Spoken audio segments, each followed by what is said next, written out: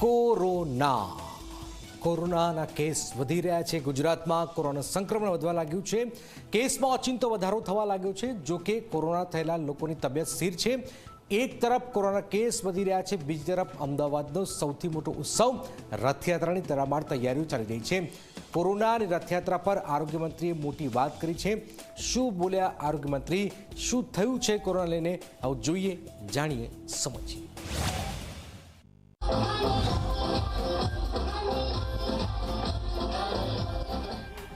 અમદાવાદ ભગવાન જગન્નાથની 148મી રથયાત્રાનો ઉત્સવ નજીક છે। શહેર શણગારાયું છે। શ્રદ્ધાળુઓનો ઉત્સાહ ચરમસીમા પર છે। લાખો લોકોની ભીડ, ભવ્ય રથયાત્રા અને શ્રદ્ધાનો અનેરો માહોલ। પરંતુ આ ઉત્સવની વચ્ચે એક ચિંતા પણ ઘેરાઈ રહી છે। કોરોના ફરી એકવાર માથું ઊંચકી રહ્યો છે। ગુજરાતમાં કોરોનાના કેસ ઝડપથી વધી રહ્યા છે। અમદાવાદમાં તો છેલ્લા 24 કલાકમાં 127 નવા કેસ નોંધાયા અને એક સપ્તાહમાં કેસ બમણા થયા। દેશભરમાં સક્રિય કેસનો આંકડો 5755ને પાર પહોંચી ગયું છે।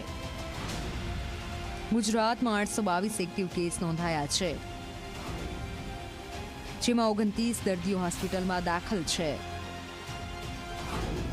રથયાત્રાની અંદર આવા લક્ષણોવાળા કે જેમને કોવિડના લક્ષણો દેખાતા હોય, શરદી, ખાંસી કે જુકામ જેવું કોઈ વિષય થયો હોય, તો એ લોકોએ નહીં જવું જોઈએ। અને સાથે કોમોર્બિડ દર્દી, ઉંમરલાયક લોકો અને સાથે જે લોકોને નાની મોટી મુશ્કેલીઓ આવી દેખાતી હોય, એ લોકોએ બને ત્યાં સુધી પોતાના ઘરે બેસી અને ભગવાન જગન્નાથના દર્શન કરવા જોઈએ।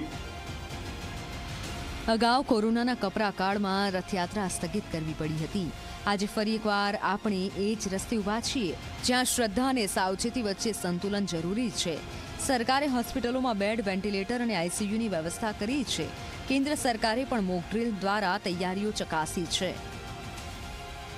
આપણે આ બધા ફેઝમાંથી નીકળી ચૂકેલા છીએ।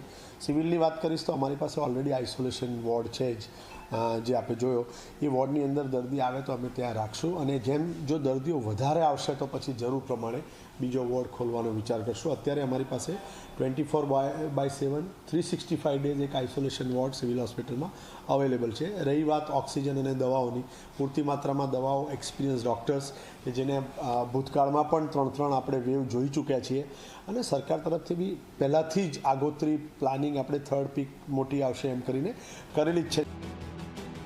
પરંતુ આ લડાઈમાં સરકારની સાથે નાગરિકોની જવાબદારી પણ મહત્વની છે।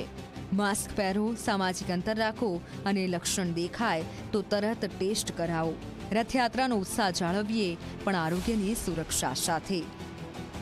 ભગવાન જગન્નાથની કૃપા અને આપણી સાવચેતીથી આ ઉત્સવ શ્રદ્ધા અને સલામતીનું સુંદર સંગમ બની રહે। આ રથયાત્રા ફક્ત આસ્થાની જ નહીં, પરંતુ જવાબદારીની પણ યાત્રા બને। જય જગન્નાથ।